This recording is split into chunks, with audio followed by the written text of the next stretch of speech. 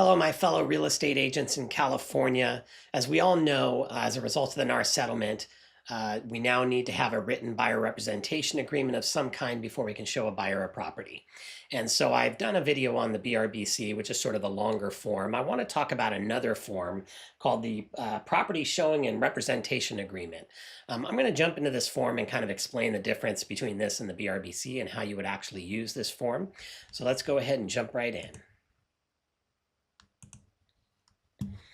Okay, so I've got the form pulled up here, and one of the things you're going to notice about this form is that it's actually a non-exclusive agreement, whereas the BRBC can be an exclusive or a non-exclusive.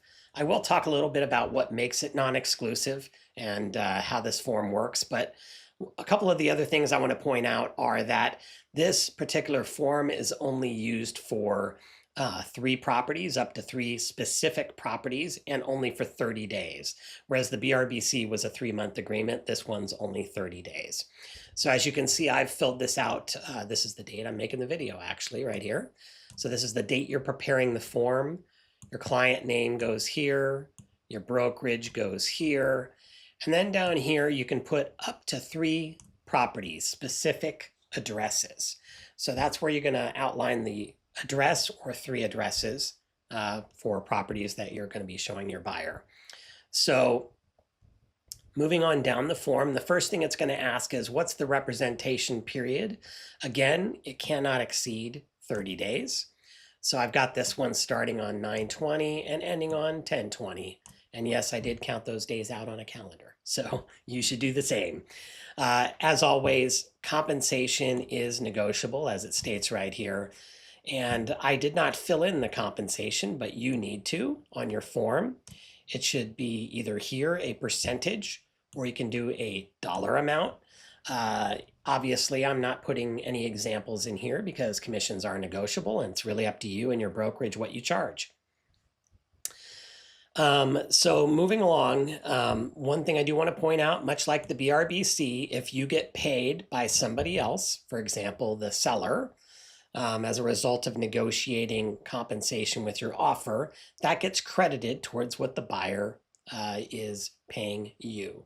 So right on down to the next section. By default, this is cancelable upon receipt. And we'll talk about how the agreement can be canceled a little bit farther down the form, but I do want to kind of point that out. All right, moving on down. I want to talk about the fact that this is a non-exclusive agreement, okay? It requires broker involvement in order to get paid.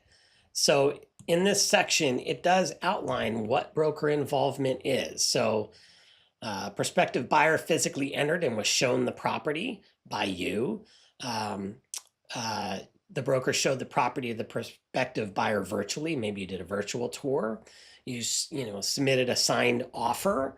You performed a market analysis on the property. It was introduced to you by the prospective buyer or broker. So there is some criteria for what this broker involvement is. And as I said, it's for 1 or 3 specific properties, as we outlined at the top. Just like the BRBC, compensation is paid through escrow, so escrow is likely going to want a copy of this form, as it states right here. And talking about the cancellation part. So if you don't put anything, scrolling back up on the cancellation, you can say effective upon receipt, or you can say 10 days after receipt, 15 days after receipt, whatever you want, whatever works for you. So how does cancellation work? Either the buyer or the broker can cancel this agreement by giving written notice to the other with the time specified on the front. If you left it blank, it's immediate. So the broker is still entitled to compensation if during the period the buyer acquires property for which there was broker involvement, provided the broker delivers to prospective buyer a written list of the properties for which there was broker involvement. And I am going to talk about this form. It's called the NBIP. So the written list of broker involved properties will be delivered to the prospective buyer within 5 calendar days after the effective date of the cancellation. So if you write up a 30-day term and it gets canceled after 5 days for whatever reason, one of the parties cancels, either you or the buyer, you're going to provide this NBIP form. So I'm going to jump right over to that form and kind of show you how that form works. Otherwise, you may not be entitled to compensation if that buyer cancels and then immediately places an offer on one of these properties. So you do want to make sure you do this form. So here it is, the notice of broker involved properties. Obviously, you're going to fill out the top. You're going to talk about, the dates of your representation agreement, which were on the other form. When did it start? When did it end? And you're going to outline the properties that you were involved in. Okay, so you need to be sure to provide this list of properties to your client. And there's a date of notice. You sign and date the bottom. Okay, so if it's canceling, you want to make sure you do this form. If it's canceling prior to the expiration date, that is, and make sure that you give this form to the buyer so they don't just cancel on you and then immediately turn around and make an offer on a property that you showed them.